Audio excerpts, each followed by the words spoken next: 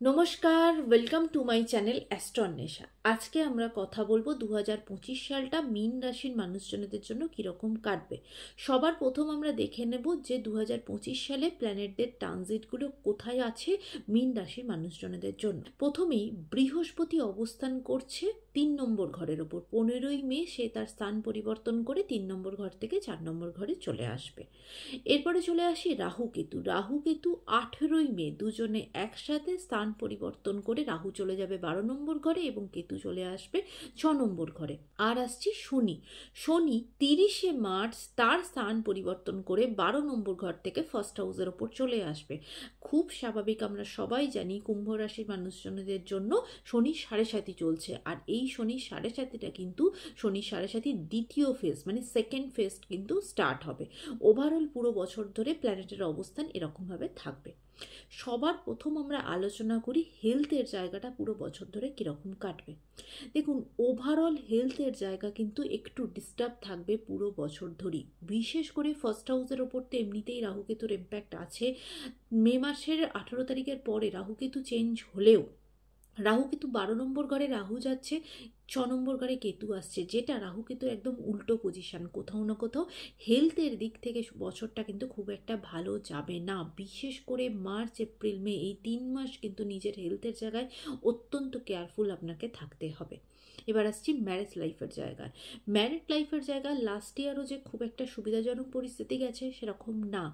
এই বছরও কিন্তু ম্যারেজ লাইফের জায়গা খুব একটা বেটার যাবে না, কারণ 18ই মের আগে পর্যন্ত রাহুকেতুর ইম্প্যাক্ট আছে 7 নম্বর ঘরের ওপর। তার সাথে সাথে আবার শনি তার স্থান পরিবর্তন করবে, সেও ফার্স্ট হাউসের ওপর চলে আসবে। তাই ফার্স্ট হাউস থেকে সেও সোজাসুজি ম্যারেজের ঘরকে দেখবে। তাই ম্যারেজের জায়গাও কিন্তু খুব একটা ভালো থাকবে না এই বছর জুড়ে। ম্যারেজের জায়গায় বা সম্পর্কের জায়গায় অত্যন্ত কেয়ারফুল থাকতে হবে। বিশেষ করে ম্যারেজের জন্য মার্চ এপ্রিল মে এই 3 মাস অত্যন্ত কেয়ারফুল থাকতে হবে, কারণ সেইখানে সেই সম্পর্কের জায়গাতে একটা দূরত্ব তৈরি হওয়া, ঝগড়াঝাটি, অশান্তি তৈরি হওয়া এবং এমনকি সেপারেশন পর্যন্ত কিন্তু চলে যেতে পারে। তাই অবশ্যই এই জায়গায় সতর্ক থাক। আর যারা প্রেমের সম্পর্কের মধ্যে আছেন তাদের জন্য কিন্তু এই বছরটা ভালো যাবে। এবার আসছি কাজের জায়গাটা। দেখুন, কাজের জগৎ বা কাজের জায়গা কিন্তু আপনার পুরো বছর ধরে ভালো থাকবে। যদিও শনি সাড়ে সাতির জন্য আপনার প্রচণ্ড মেন্টাল প্রেশার এবং কাজের চাপ অত্যধিক বেশি থাকবে, অত্যধিক দায়িত্ব থাকবে, প্রচণ্ড কাজের চাপ থাকবে। এতটা মেন্টাল প্রেশার যে হয় না, মাথা তুলে তাকানোর সময় থাকবে না। কিন্তু আপনার সারা বছর আপনি কাজের মধ্যে থাকবেন, কাজ করবেন। কারণ বৃহস্পতি যতক্ষণ 3 নম্বর ঘরে ছিল সে আপনার 9 নম্বর ঘর ভাগ্যস্থানকে দেখছে।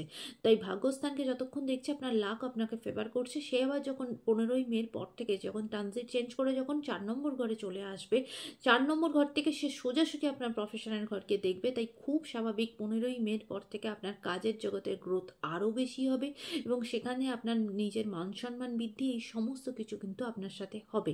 কাজের দিক থেকে আপনার এই পুরো বছরটা কাজের জায়গার জন্য অত্যন্ত ভালো যাবে। কাজের মধ্যে থাকবেন, অতিরিক্ত কাজের মধ্যে কিন্তু আপনাকে থাকতে হবে। এটা ঠিক শনি সাড়ে সাতির জন্য কিন্তু আপনাকে প্রবলেম ফেস করতে হবে।